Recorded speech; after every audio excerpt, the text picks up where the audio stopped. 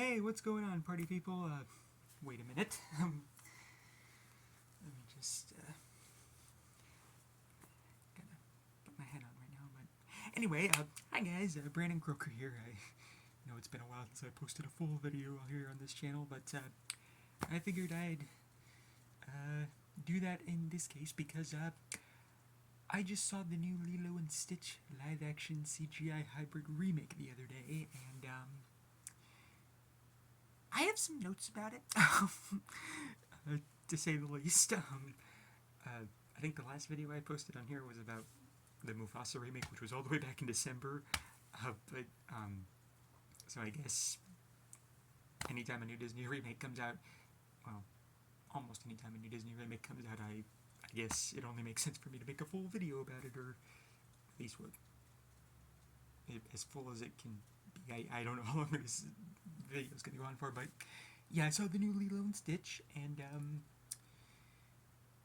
you know, this was a remake that I went into kind of differently than the Snow White remake that came out a few months ago, which I know everyone's been already declaring that to be the worst movie of the year, the worst of the Disney remakes. I kind of just thought it was like average bad. Like, I didn't think it was like great, but I also didn't think it was like the worst thing I've ever seen. Like, I have seen some of the like terrible movies, trust me. And Snow White, like, I wouldn't put on the same level as, like, you know, any of the worst movies I've seen. Like, you know, Boy in the Striped Pajamas, Where the Dead Go to Die,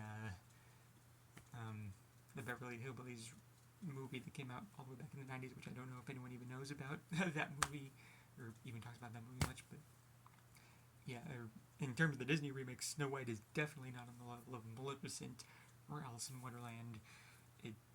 It's just kind of average to me, but Lilo and Stitch I went into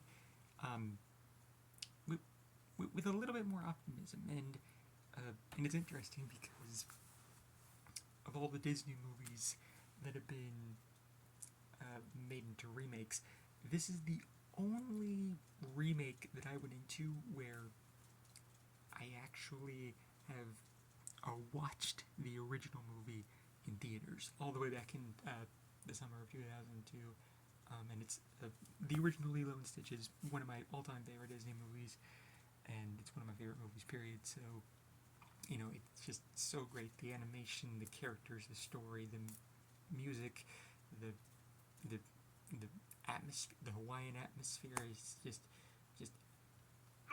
it's such a good movie. So, you know, going into this remake, I definitely had my fingers crossed that I hoped that this would end up being like one of the better of the live action remakes. And of course, like a lot of the live action remakes, like pretty much most of the live action remakes that have come out so far, a lot of people have already been declaring it to be the worst of the Disney remakes. That it's, you know, although in terms of critics and audience reaction, it seems to be considered as one of the better remakes. So there's kind of a flip-flop between people thinking it's the worst and some people thinking it's the best. It's all over the place. So what did I think of the new Lilo and Stitch? You know, upon my first viewing of it, my reaction to it was just, I thought it was okay. Like, there was definitely some issues that I took with it, but I just burped. I did not mean to do that. Anyway, but yeah, on first reaction, I thought it was okay. Like, there were some issues I had with it, with the some of the character decisions, or Nani, the way that they handled the dynamic between the sisters. Some scenes felt a little off to me. And what they did with Jumba, I thought was a little. I wasn't sure how I felt about it, but after doing some serious thinking about it, as serious as you can get with thinking about a live-action Disney remake, after doing some thinking about it, I actually kind of like it a little bit more than I initially did on my first reaction. Yeah, I imagine this is going to be quite a hot take between me and some friends of mine in regards to this movie's quality, but yeah, the live action Lilo and Stitch, I actually do think it's one of the better remakes we've gotten so far. And the stuff that I really liked about it, I, thinking more and more about it, I really, really liked about it. And all the stuff that I thought had, like, issues with it are kind of things that I can, you know, slip past. The, like, yeah, the movie has some problems, some issues, some glitches. The way that they handled Jumba, and especially the casting of Zach Galifianakis in that role, like, you couldn't get Gabriel Iglesias. I mean, he has a much better vocal range than Galifianakis. Now, no disrespect to Galifianakis as an actor, but he's not Jumba. Now, Billy Madison is Pleakley. I bought him as Pleakley completely. Galifianakis is Jumba, not so much, but, you know, and I do still have some issues with how they handled him as a villain a little bit, but, again, the stuff that really works about this movie really does work. Maiki Aloha as Lilo. She was wonderful. I loved how she wasn't a carbon copy of Lilo from the original movie. She felt like her own unique brand of weirdness, which I very much appreciated. And of course, her interactions with Stitch were fun and adorable, and, you know, yes, there were a lot of, I guess, juvenile type of jokes with them, a lot more juvenile type of jokes with them in this version, but yeah, their dynamic was good, and Nani and Lilo's dynamic, I thought, was handled as well as it could be, and Sydney Adigong did a good job playing Nani in this. Really great seeing Tia Carrere and Amy Hill again as different characters this time around.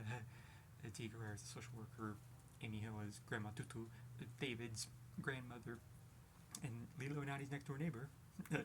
Just, she was fun, and David, he was there. I don't really have much to say about him, but Kaipo Debo, I hope I'm pronouncing that right, he played his part well enough. Courtney B. Vance is Cobra Bubbles. I mean, it's Courtney B. Vance. He's, you know, he usually does good work, and he does good work here. You know, and the only thing that, outside of Jumba's, what they did with Jumba here, the only real thing that I kind of did get genuinely annoyed by was that there were certain lines of Stitch, important lines from Stitch, that Chris Sanders, they basically, there's a couple specific lines in the beginning and at the end where they basically just reused Chris Sanders' original audio from the animated movie, which I thought was a little, it's definitely, yeah, that was very cheap of them to do. I don't get why they didn't get Chris Sanders, when they already got Chris Sanders to reprise his role as Stitch in this remake. Why didn't they have him re-record those lines? I don't know. So yeah, it's like that, and Jumba, again, the Jumba's kind of a mixed bag to me still, but like overall, yeah, the between Maya and Sydney as Lilo and Nani, the antics with Stitch, the CGI, the music is still good, the direction. I mean, yeah, all the things I actually really liked about this movie, I really liked about this movie, and I know that's probably going to be a hot take, but the live action Lilo and Stitch, the thumbs up for me. Definitely one of the better remakes that we've gotten so far. Aloha, oi, I guess. Until we meet again. Thank you for watching this review. Baby Man out. Peace, and see you on the Hawaiian roller coaster ride, I guess.